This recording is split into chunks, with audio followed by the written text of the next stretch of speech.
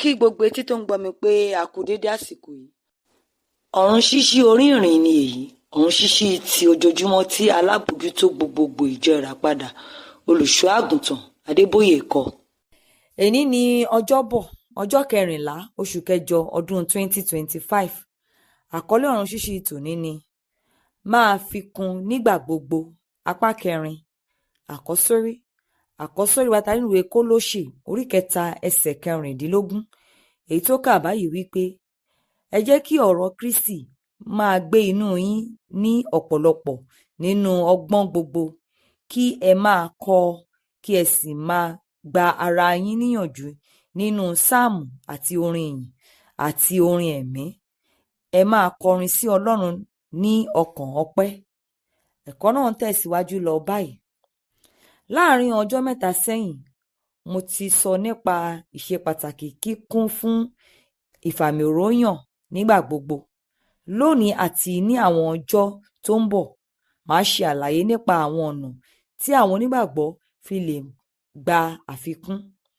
Gẹ́gẹ́ bí ọmọ Ọlọ́run, o gbọ́dọ̀ rí i dájú pé ìjáfáfá nínú ẹ̀mí àti ìtara rẹ sí àwọn ohun tí Ọlọ́run kò dínkù. Ọ̀rọ̀ Ọlọ́run jẹ́ irinṣẹ́ tó lágbára fún mímú bátìrì ẹ̀mí rẹ múnádóko.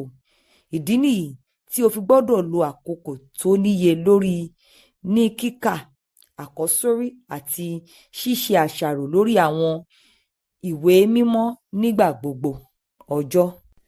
Lóde òní, ọ̀pọ̀ àwọn Kìrìsìtẹ́nì ni kò ṣe àkọ́sórí ìwé mímọ́ nítorí pé gbogbo nǹkan ti di ayélujára lórí kọ̀ǹpútà. Tí ẹnìkan bá fẹ́ tọ́ka sí ibì kan nínú Bíbélì, ẹni náà kàn lè ṣàwárí rẹ̀ nípasẹ̀ Google àti àwọn ẹ̀rọ àṣàwárí mìíràn. Ní kété tí ẹni náà bá ti tẹ díẹ̀ lára àwọn ọ̀rọ̀ náà síbi ààyè àṣàwárí, lẹ́sẹ̀kẹsẹ̀ ni gbogbo àkọsílẹ̀ Bíbélì náà yóò yọ síta. Bí àǹfààní ẹ̀rọ ayárabíàṣá ṣe dára tó, ó ṣe pàtàkì láti ṣàṣàrò lórí ìwé mímọ́ kí a sì mọ díẹ̀ lára wọn lọ́kàn. Nítorí èyí ni yóò pèsè ọ̀nà fún wa láti kojú ohunkóhun tí ọ̀tá bá mú wá sí ọ̀nà wa. Nínú Mátíù orí 4 ẹsẹ̀ 1 dé 11, Jésù ṣẹ́gun ìdánwò èṣù nípa sísọ̀rọ̀ Ọlọ́run nínú ìwé mímọ́. Kò sí àwọn ẹ̀rọ àṣàwárí ní àkókò yẹn, kò sì nílò wọn. Ó mọ ọ̀rọ̀ Ọlọ́run ní ọkàn nítorí pé ó ti ṣàṣàrò nípa wọn, ó sì ti kà wọ́n sórí. Bàbá mi nínú Olúwa kò lọ sí ilé ìwé, ṣùgbọ́n ó mọ ọ̀pọ̀ ẹsẹ̀ nínú ìwé mímọ́ ní ọkàn. Olùṣọ́ àgùntàn Adébóyè ni wọ́n sọ nípa ara wọn níbí. Tí wọ́n bá lè ṣe àkọ́sórí ìwé mímọ́, ìwọ náà lè ṣe bẹ́ẹ̀.